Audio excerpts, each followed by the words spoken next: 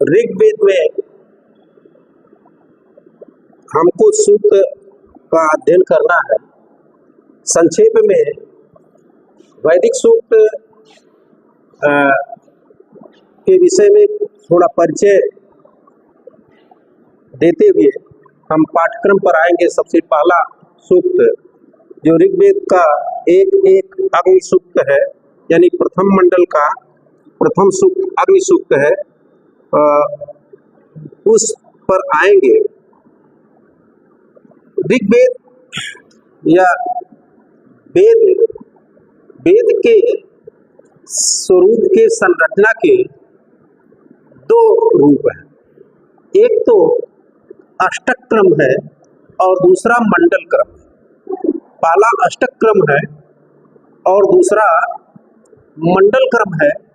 अष्टक क्रम में ऋग्वेद जो है या वैदिक संहिता ऋग्वेद ये 8 भागों में विभाजित है और प्रत्येक भाग 8 अध्यायों में विभाजित है। और क्योंकि 8 भाग में विभाजित है, प्रत्येक भाग 8 अध्यायों में विभाजित है, इस प्रकार वेद जो है कितने अध्याय में हो जाता है? ऋग्वेद 64 अध्यायों में हो जाता है। 64 अध्यायों में ये हो जाता है। और फिर अध्याय, ये 64 अध्याय वर्गों में विभाजित है और ये 64 अध्याय जो वर्ग में विभाजित है और वर्ग इस 64 अध्यायों में 2006 वर्ग होता है और प्रत्येक वर्ग में 5-5 मंत्र है। और इस तरह से अगर हम देखते हैं तो संपूर्ण जो है ऋग्वेद में 10,558 और 58 कह सकते हैं, 58 सही 1/4 जो किया गया, लेकिन 10,558 ही लोग कहते हैं। ये अधिकांश संस्कृत साहित्य की पुस्तकों में मिलता है। तो 10,558 मंत्र ये मिलते हैं। और दूसरा वैदिक विभाजन का, ऋग्वेद के विभाजन का जो स्वरूप है, ये ज्यादा अष्टक क्रम ज्यादा कृत्रिम लगता है। ये विभाजन जो ज्यादा कृत्रिम लगता है। दूसरा जो विभाजन है वो विभाजन है मंडल क्रम। और मंडल क्रम में ऋग्वेद जो है 10 मंडलों में विभाजित है। ऋग्वेद में कुल कितने मंडल हैं? तो 10 मंडलों में विभाजित है। और मंडल भी अनुवाकों में विभाजित है। अनुवाक मंडल जो है 10 मंडल अनुवाकों में विभाजित है। और 10 मंडल में कुल 85 अनुवाक है। 10 मंडल में 85 अनुवाक हैं। और 85 अनुवाक में फिर जो है सूक्त है, सूक्त में विभाजित है। अनुवाक सूक्तों में विभाजित है, सूक्तों में मंत्र है। तो इस तरह से मंडल क्रम में जो है अगर 85 अनुवाकों में और सूक्तों की संख्या देखी जाए तो कुल मिलाकर के 1017 सूक्त, 1017 सूक्त हैं। कुछ ऐसे भी सूक्त हैं जो है बाद में जोड़े गए, जिनको बालखिल्य, कहीं पर बालखिल्य सूक्त कहते हैं, जिनकी संख्या 11 है। उनको भी अगर जोड़ दिया जाए तो जो है ऋग्वेद में कुल 1000 जो है 28 सूक्त है।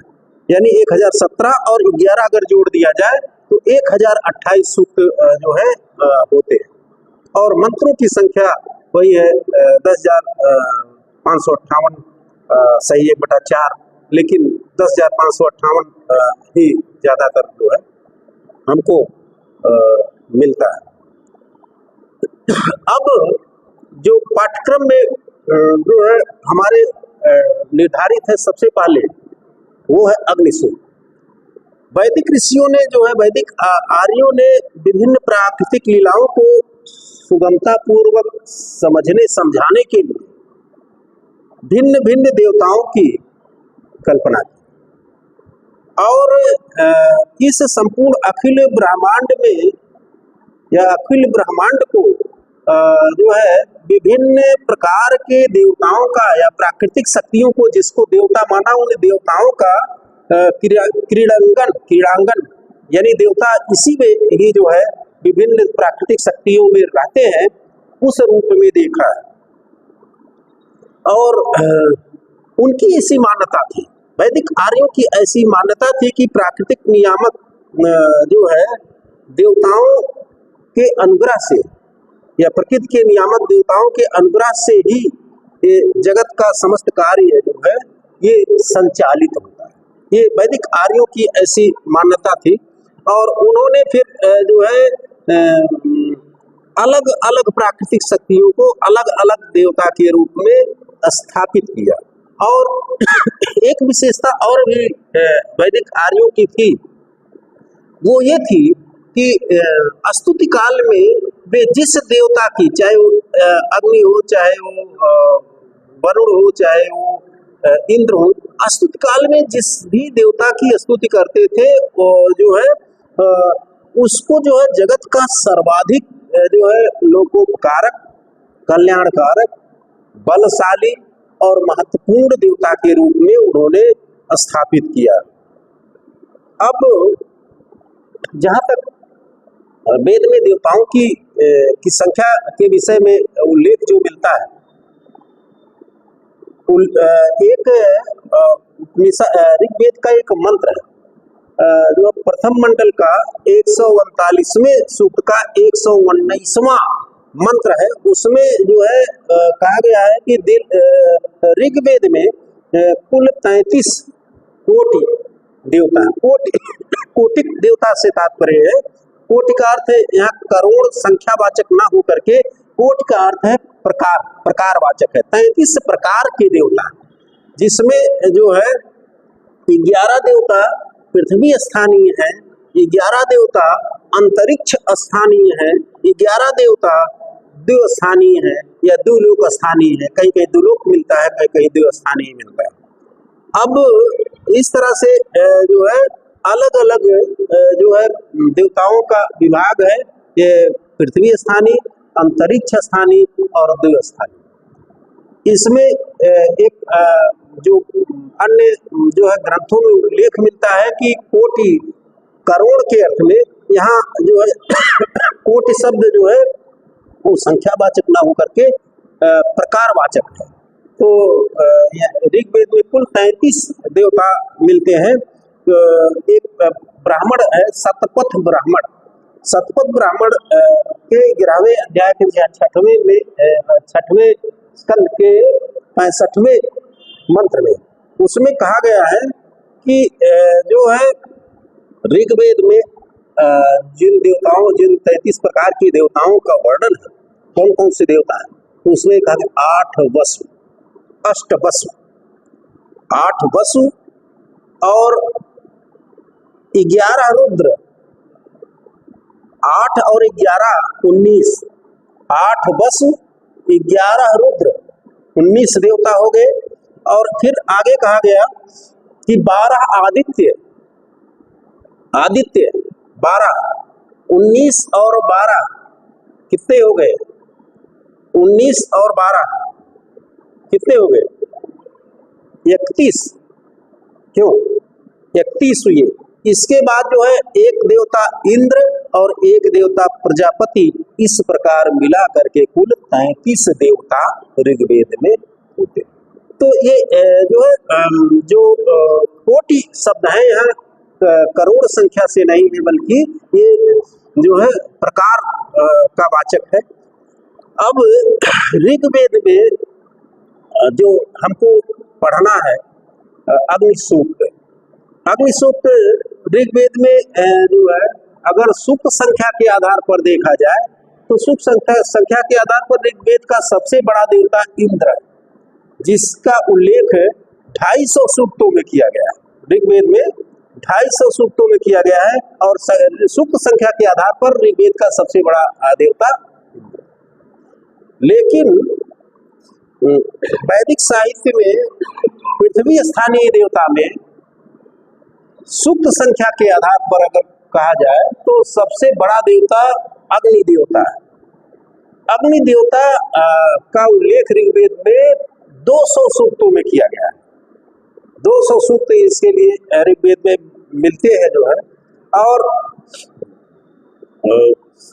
यज्ञिक प्रधानता के कारण, यानी यज्ञ की प्रधानता के कारण प्रायः सभी मंडलों के प्रारंभिक सूक्त, ऋग्वेद के प्रायः सभी मंडलों के प्रारंभिक सूक्त अग्नि को संबोधित करके जो है स्तुति किए गए।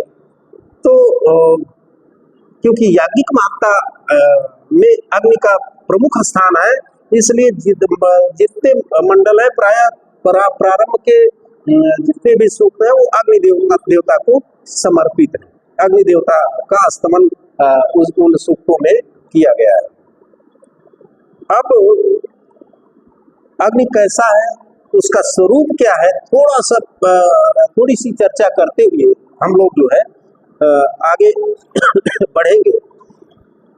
अग्नि के विषय में ये कहा गया है कि यह अग्निर्वयी देवानाम होता, वही वस्तुतः अग्नि देवानाम होता, देवताओं का होता का अर्थ है ऋत्विज है। ऋग्वेद में 4 तरह के ऋत्विज बताए गए हैं, जिसमें ऋग्वेद के मंत्रों से जो यज्ञ संपन्न कराता है उसको होता कहते हैं।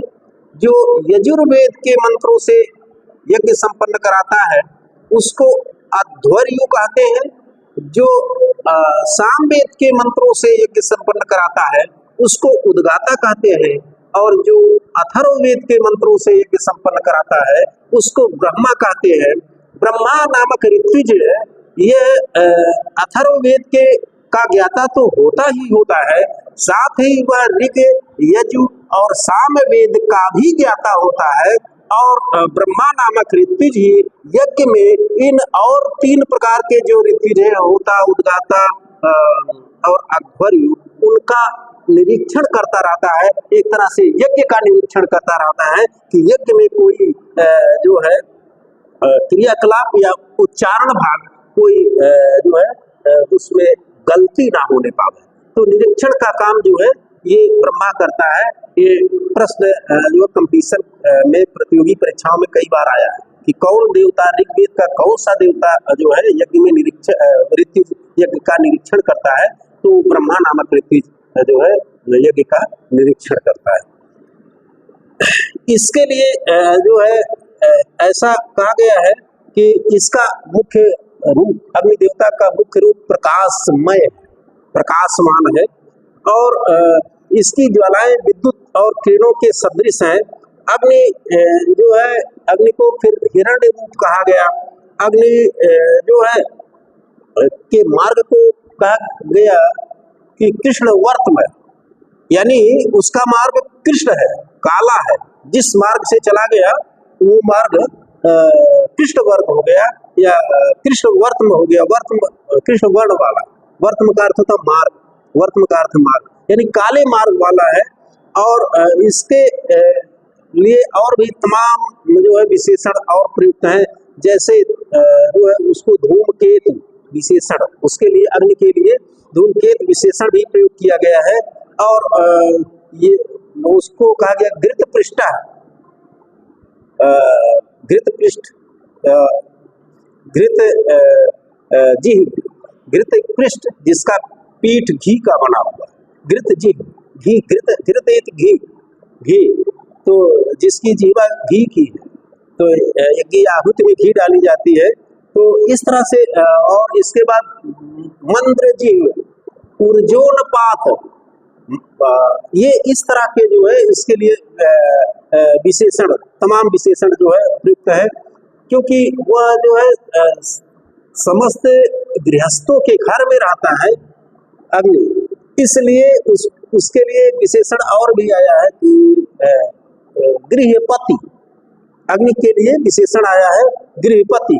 और विष, ग्रामीण, ग्राम को कहते हैं, तो ग्राम वासियों के यहाँ वो रहता है, इसलिए विषपति, इस तरह का। दमोनस, ऊर्जोनपात, तमाम इस तरह के जो है अग्नि के लिए जो विशेषण प्रयोग किए गए हैं। और उसको जो है द्यावा पृथ्वी का पुत्र कहा गया, अग्नि को द्यावा पृथ्वी का पुत्र भी कहा गया है। और ऐसा भी कहा जाता है कि इंद्र ने दो पत्थरों के बीच से अग्नि को उत्पन्न किया। इसके लिए एक मंत्र आता है, यो अस्मनोर अंतरग्निम जजान। इंद्र सूक्त में आता है, यो अस्मनोर अंतरग्निम जजान। अस्मन कहते हैं पर्वत को, पत्थर को, प्रस्तर खंड को, उसके मध्य जो है दो प्रस्तरों के मध्य से जिसने इंद्र ने जिसको जजान उत्पन्न किया, पैदा किया। तो इस तरह जो है अग्नि के विषय में कहा गया। अब कुछ और चीजें जो अग्नि के विषय में महत्वपूर्ण हैं उनको जान लेते हैं, फिर हम लोग मंत्र पे जो है आते हैं। और ऋग्वेद के विषय में भी महत्वपूर्ण है। अब संपूर्ण अगर पीछे हम देखते हैं तो ऋग्वेद जो संहिता वर्तमान में मिलती है, यद्यपि वास्कल आदि शाखाएं हैं, लेकिन ऋग्वेद वर्तमान में ऋग्वेद की केवल साकल शाखा ही आज उपलब्ध है। ऋग्वेद की जो 5 शाखाएं कही गई हैं या प्रसंगता आई हुई है, उसमें साकल शाखा, वास्कल शाखा, आश्वलायन शाखा और सांख्यायन शाखा और मांडूकायन शाखा। साकल शाखा, वास्कल शाखा, आश्वलायन शाखा, सांख्यायन शाखा और मांडूकायन शाखा, 5 शाखाएं ऋग्वेद की जो है इसका उल्लेख होता है। लेकिन वर्तमान में जो ऋग्वेद उपलब्ध है वो जो है साकल शाखा का ही उपलब्ध है। वेदों के अपने ब्राह्मण भी हैं। ऋग्वेद से संबंधित ब्राह्मणों में ऐतरेय ब्राह्मण और इसके बाद सांख्यायन या कौशिकी ब्राह्मण, 2 ब्राह्मण ऋग्वेद के जो है मिलते हैं। ऐतरेय ब्राह्मण या सांख्यायन ब्राह्मण या उसी को कौशिकी ब्राह्मण भी कहीं कहीं कहा गया है। और ऋग्वेद से संबंधित जो आरण्यक ग्रंथ है, क्योंकि प्रथम इकाई में आपको ब्राह्मण आरण्यक उपनिषद ये है, तो इसलिए इसको भी थोड़ा सा जो इस पर भी हम आपकी दृष्टि डालना चाहते हैं। तो ऋग्वेद से संबंधित जो आरण्यक है उसमें फिर वही ब्राह्मण के नाम से ही जो आरण्यक भी हो जाते हैं, ऐतरेय आरण्यक और इसके बाद सांख्यायन आरण्यक। और ऋग्वेद से संबंधित जो उपनिषद हैं, ऋग्वेद से जुड़े हुए जो उपनिषद हैं वो है ऐतरेय उपनिषद। देखिए वही उपनिषद ऐतरेय उपनिषद जिसमें जो है सृष्टिवाद कहा गया, सृष्टिवाद की चर्चा हुई और इसके बाद आदर्शवाद और प्रज्ञान ब्रह्म इसकी चर्चा हुई ऐतरेय उपनिषद में। और इसके बाद दूसरा उपनिषद ऋग्वेद से संबंधित वही उपनिषद कौशिकी, जो आरण्यक था वही कौशिकी उपनिषद, और जिसमें जो है प्राण तत्व की स्थापना की गई है कौशिकी उपनिषद में। और इसके बाद जो है एक उपनिषद और मिलता है वास्कलोपनिषद, वास्कल शाखा का जो वास्कलोपनिषद ये मिलता है। और ऋग्वेद के प्रतिशाख या शिक्षा ग्रंथ, शिक्षा या प्रातिशाख ग्रंथ जो है उसमें जो है ऋग्वेद से संबंधित जो शिक्षा ग्रंथ पाणिनीय शिक्षा, पाणिनीय शिक्षा ग्रंथ जो वेदांत के अंतर्गत आता है, शिक्षा, कल्प, निरुक्त, व्याकरण, छंद, ज्योतिष, तो ऋग्वेद से संबंधित जो पाणिनीय शिक्षा। और इसके बाद ऋग प्रातिशाख्य परिषद या उसी को पार्षद भी कहीं कहीं किसी किसी लेख में है जो है। और इसके बाद ऋग लक्षण सौनक शिक्षा या सौनक की रचना, ऋषि सौनक की रचना है। ऋग्वेद से संबंधित श्रौत सूक्त कितने हैं? ऋग्वेद से संबंधित श्रौत सूक्त है आश्वलायन श्रौत सूक्त और कौशिकी श्रौत सूक्त या उसी को कहीं कहीं सांख्यायन श्रौत सूक्त ये भी कहा गया है। ऋग्वेद से संबंधित गृह सूत्र कितने हैं? तो वही आश्वलायन गृह सूत्र, उसी नाम से चले आ रहे हैं, उसी नाम से ब्राह्मण आरण्यक उपनिषद चले आ रहे हैं। आश्वलायन गृह सूत्र और इसके बाद सांख्यायन गृह सूत्र, कौशिकी गृह सूत्र और एक गृह सूत्र और ऋग्वेद से संबंधित साम्य गृह सूत्र ये भी मिलता है। धर्म सूत्र ऋग्वेद से संबंधित कौन है? वशिष्ठ धर्म सूत्र, मात्र एक धर्म सूत्र ऋग्वेद से संबंधित मिलता है, वो है वशिष्ठ धर्म सूत्र ऋग्वेद से संबंधित। और शून्य सूत्र जिसमें माप दिया होता है, तो जैसे यज्ञ की वेदिका का माप कैसे होगा, कितनी ईंटों का प्रयोग होगा, शून्य सूत्र ग्रंथ लिखे गए। तो शून्य सूत्र ऋग्वेद से संबंधित कोई नहीं, ऋग्वेद से संबंधित कोई शून्य सूत्र नहीं है। और बाकी क्योंकि आप जानते हैं कि ऋग्वेद के मंत्रों से जो यज्ञ कराता है वो ऋतिज होता है, या उसको होता नामक ऋतिज कहते हैं। इस तरह से वेद का और अग्नि देवता का, दोनों का बहुत संक्षेप में सामान्य परिचय हुआ। अब हम जो पढ़ेंगे, सबसे पहले हमारे पाठ्यक्रम में है अग्नि सूक्त।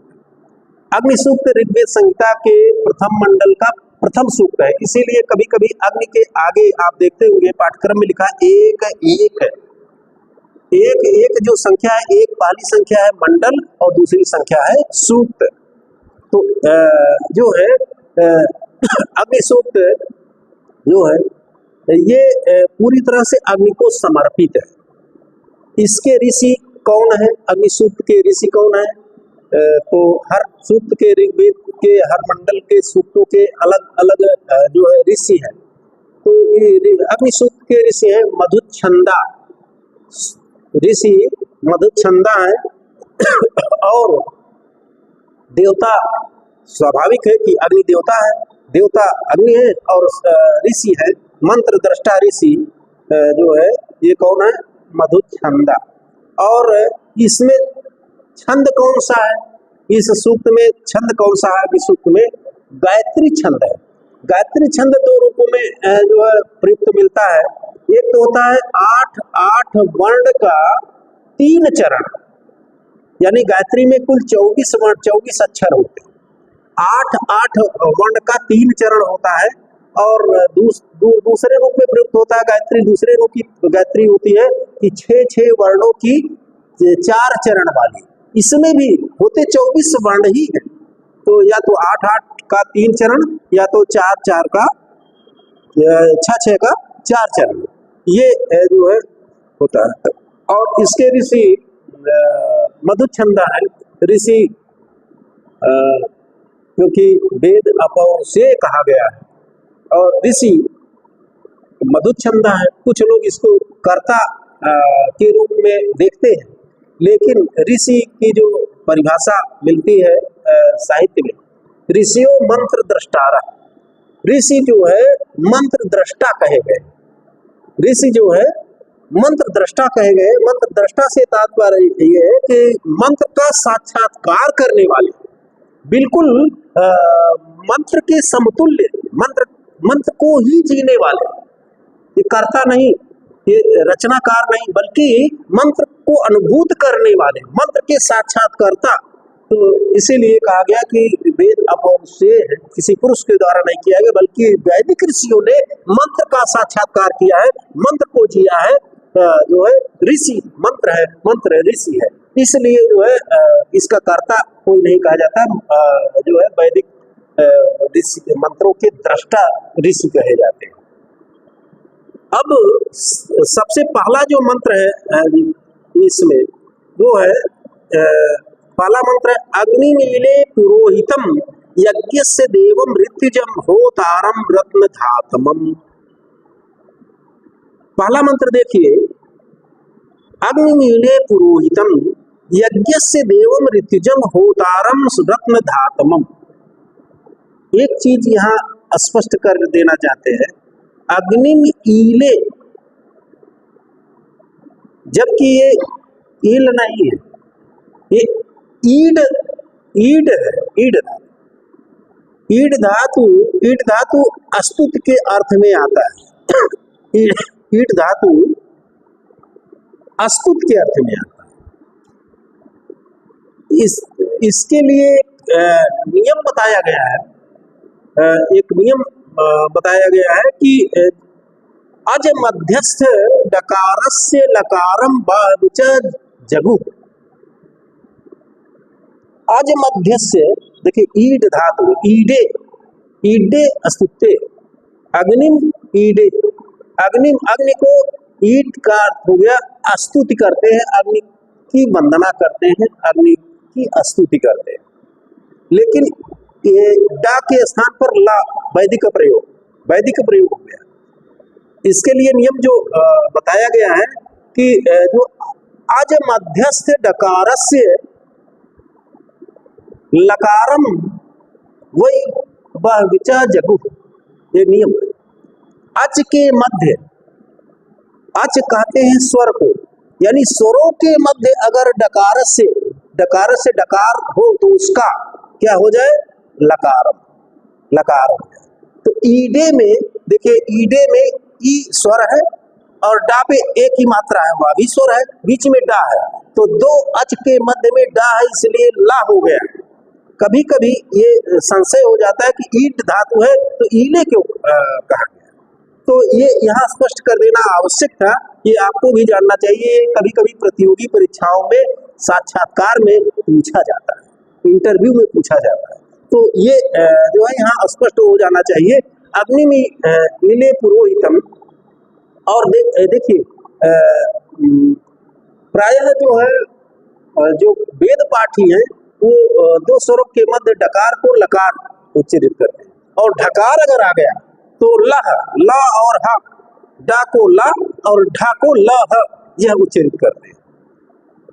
ठीक है, आगे प्रयोग जहां आएगा उस तरह का हम आपको उसको दिखाते बताते चलेंगे। तो देखिए सबसे पहला मंत्र है कि अग्नि मीले पुरोहितम यज्ञ से देवम ऋत्विजम होतारम रत्न धातमम।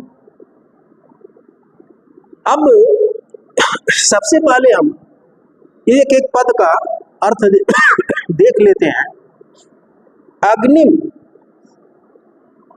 अग्निम, अग्नि देवता, अग्निम, अग्नि देवता की, यह अग्निम पद जो है ईले क्रिया का कर्म, अग्नि, अग्नि को ईले क्रिया का कर्म है। अग्नि की कई व्युत्पत्तियां जो है अलग अलग आचार्यों ने बताई है, यास्क ने भी जो है अलग व्युत्पत्ति बताई है अग्नि की। अगि, अगि का अर्थ है जाना, अगि धातु से यानी जाने के अर्थ में अगि धातु से नी प्रत्यय लग करके बना हुआ है, जिसका सामान्य भाव या अर्थ है जो लपट के रूप में जाता है, चलता है, जो लपट के रूप में आगे जाता है, चलता है, वह क्या हो गया, या ऊपर उठता है, वह क्या हो गया, अग्नि हो गया। दूसरी जो व्याख्या या दूसरा जो स्वरूप इसका मिलता है, अग्नि धातु से कुप प्रत्यय करके अग्नि बना है, अग्नि धातु से कुप प्रत्यय करके अग्नि बना है। तो अग्रणी आगे ले जाने वाला, या इसका भाव ये है कि देवताओं के सम्मुख ले जाने वाला जो आहुतियां है, द्रव्य है, आहुति आदि द्रव्य है, उसको देवताओं तक पहुंचाने वाला ले जाने के कारण। और तीसरी व्युत्पत्ति है अंग और धननी धातु से कुप प्रत्यय इसमें भी लगता है, तब भी अग्नि बन जाता है। तो इस तरह से जो है अग्नि, क्योंकि सभी देवताओं के आगे होता हुआ होता है, इसलिए उसका नाम अग्रे भवन्ति अग्नि, अग्नि अग्रे प्रथमो देवता नाम।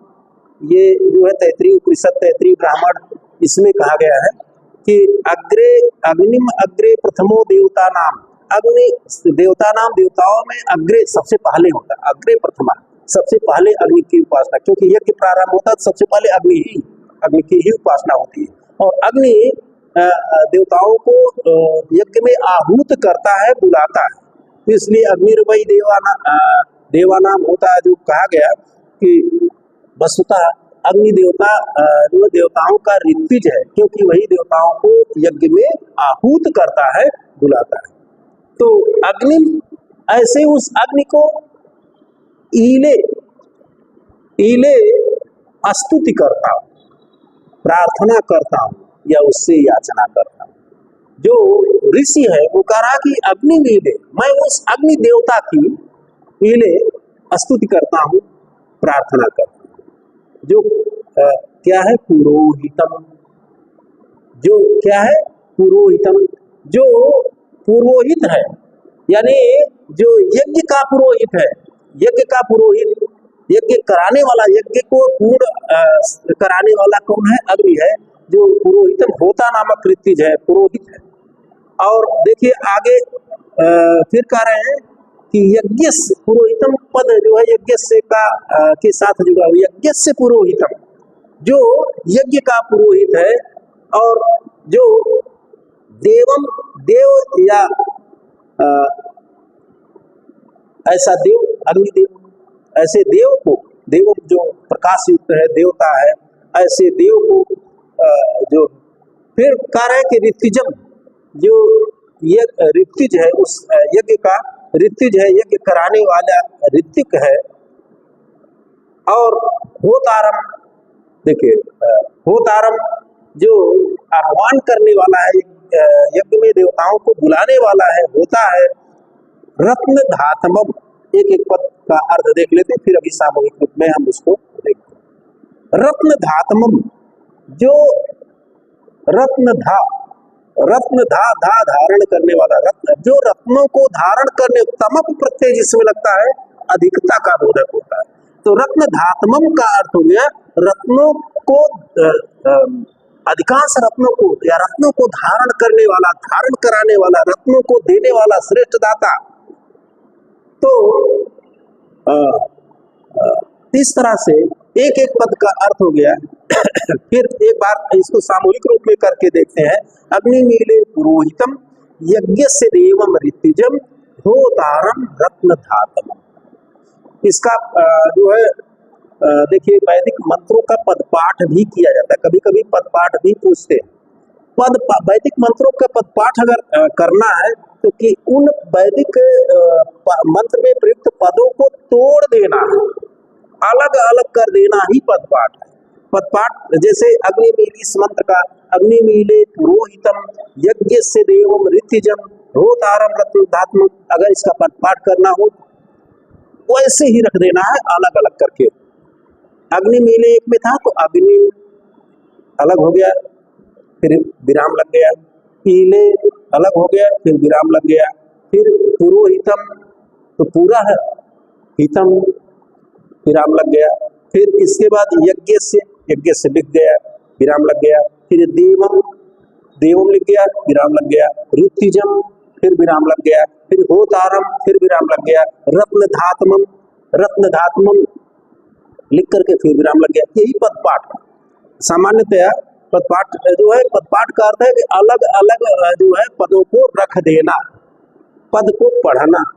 ये जो है वैदिक पदपाठ, मंत्रों का पदपाठ कभी कभी पूछा जाता है, तो मंत्रों को अलग अलग करके रख देना पदपाठ कहलाता है। तो देखिए अग्नि मीले पुरोहितम यज्ञ से देवम ऋत्विजम होतारम रत्न धातमम, पुरोहितम यज्ञ से देवम, पुरोहितम। अब इसको हम सामूहिक रूप में सभी पदों को एक साथ रख करके इसका अर्थ कर देते हैं। पुरोहितम जो यज्ञ का पुरोहित है, ये पुरोहितम का अर्थ है जो पुरोहित है, जो यज्ञ संपन्न कराने वाला है। यज्ञ से देवम, देखिए इसी उसमें आगे है मंत्र में, यज्ञ से देवम, और जो यज्ञ का देवता है, जो यज्ञ को संपन्न कराने वाला है, पुरोहितम यज्ञ से देवम, और जो यज्ञ का देवता है ऋत्विजम, ऋत्विजम जो ऋत्विज है, जो यज्ञ का प्रधान ऋत्विज है, यज्ञ को प्रमुखता से संपन्न कराने वाला, होतारम जो आह्वान करने वाला है, जो देवता देवताओं को यज्ञ में बुलाने वाला है, होतारम आह्वान करने वाला है। रत्न धातमम जो रत्नों का दाता है, यानी जो यज्ञ संपन्न करवाता है उनको रत्नों को देने वाला है। रत्न धातमम श्रेष्ठ रत्नों को देने वाला है। ऐसे अग्निम ईले, मैं ऐसे उस अग्नि देवता की स्तुति करता हूँ अथवा वंदना करता हूँ। तो हो गया कि देखिए कि पुरोहित यज्ञ के देवता या दानशील देवता, क्योंकि श्रेष्ठ रत्नों को देने वाले, ऋत्विक और देवताओं को यज्ञ में बुलाने वाले, रत्न प्रदान करने वाले या श्रेष्ठ रत्नों को देने वाले, ऐसे अग्नि देवता की मैं स्तुति करता हूँ या उसकी जो है प्रार्थना करता हूँ। तो ये प्रथम मंत्र, उसका अन्वय पदार्थ और उसकी व्याख्या ये इस रूप में। फिर इसके बाद में अगला जो मंत्र है, चलो ठीक है।